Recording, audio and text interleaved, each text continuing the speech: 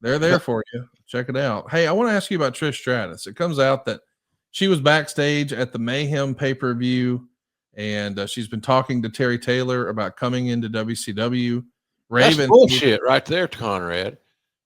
How did Terry Taylor get relevant? You've pushed him now like 3 times in his show. She's been talking to Terry Taylor about coming in. That's bullshit. That's not true. She had one representative there that communicated her story and her pitch to Vince, me, Carl DeMarco to a lesser degree. But Terry Taylor's involvement in this baffles me.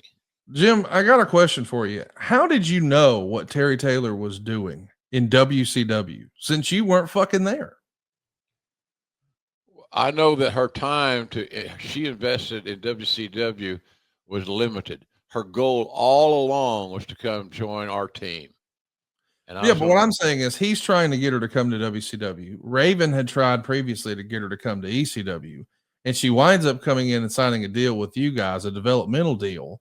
It was a 3-year developmental deal, and she's only like 6 weeks into her training with Ron Hutchinson, but she had been on bodybuilding magazine covers. I mean, she has done a ton of magazine layouts. There's no doubt that she's got star quality written. I mean, she has a look that at the time you just couldn't beat. It was unworldly. It's no surprise to me that people wanted her involved in their programming, whether it was ECW, WCW, or the WWF.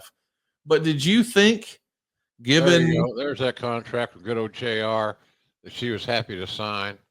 I had her in my hand all along. She was going to come to work for WWF, period. And my point is, I guess I'm just being egocentric. The Terry Taylor element in this is no more impressive than Raven trying to recruit her for ECW. She's too smart for that. She had her eye on the #1 brand, and the perception in the marketplace, as it still is this very day, is that WWE is the #1 brand in pro wrestling. As it works out, that's the way it is. Doesn't mean it's everybody else is out of the game. Just means you got to continue to compete. And but we had her spotted. I had Carl DeMarco on the ground in Toronto to make sure that she felt appreciated and wanted. I flew her to Stanford on numerous occasions, and I remember when she signed her letter of intent that she presented me with a little miniature barbecue grill. It's toy size, and I still got it someplace. I didn't throw it away. I kept it because it meant a lot to me. Signing her meant a lot to me. That was a big signing, Conrad. You stop and think about it, and then look where she's gone since. That was a hell of a signing for us. Terry Taylor, shit. He couldn't smell farts in a goddamn men's restroom. I wish I knew how you really felt about Terry Taylor. I like Terry. I worked with him in Mid-South. He got his first big babyface push in Mid-South.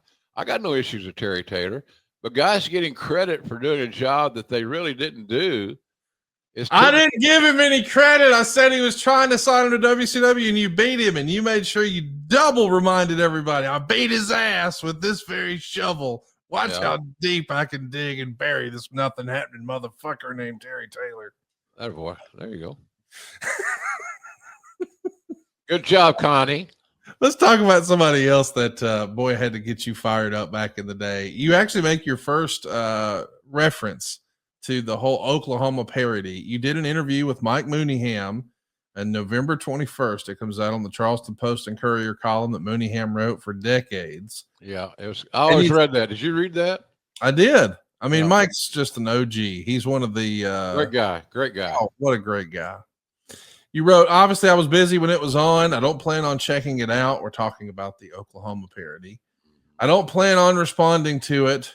I don't know what the benefit it would have been for me. I'm not going to go on any vendetta. I have not seen those parodies, and it makes it hard to judge. But I thought they were both working here and had met my family and known how close we were. And they knew when I got sick the last time. So for many members of my family, it was very challenging for me. Yeah. I thought those guys understood that better because they were working here when all that occurred, but I guess it just didn't make any difference to them. And Cornette has mentioned to Mike Mooneyham that he feels like it was Russo that tried to get you bumped out of your announcing spot. And you actually told Mike Mooneyham, I think there might be something to that. Russo would tell people things that he wanted to get back to me about how big of a fan he was of my work. And I believe at this point in time that he was not being truthful. I think Russo would have been very pleased if I just faded away. And Cornette said that was correct. Quote, he, talking about Russo, was one of the leaders behind making JR a buffoon. He doesn't understand why anyone likes JR in that Southern accent. And it isn't even Southern, it's Oklahoman. But he, talking about Russo, has been a leader in trying to make him, JR, look bad. Did you feel like at this point that Russo was just trying to make you look bad, first behind the scenes in WWE and now on camera for WCW? Well, behind the scenes, I didn't know what was going on because I didn't stick my nose into their bullshit. Found it a waste of my time. I had 100 and something talents to manage and recruit and train and evolve and develop. And we did pretty good in that area. We put together a foundation that any wrestling company would have been very proud of. I think that what Russo's goal might have been, Conrad, and you tell me if you think I'm onto something here, was the fact that he wanted control of the talent roster. He wanted to be the talent relations guy. And if that's true, and I'm not trying to stir shit with Russo and I, because we get along fine.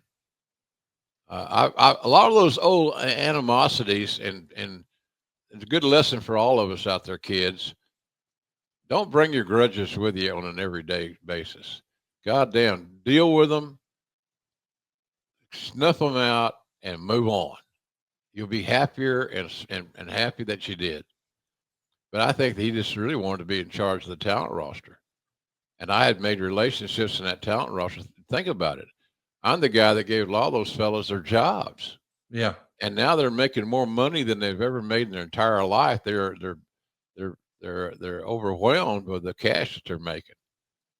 You know, like I mentioned earlier, just shooting the shit, we did that $400-something-thousand house in LA, which wasn't unusual to do big money live events. But if Austin got 5% of the gross after taxes, let's say the gross of the after taxes was $400K, that means that that means that he got 20 grand. That's a nice day's work. Not bad for a single day. Yeah.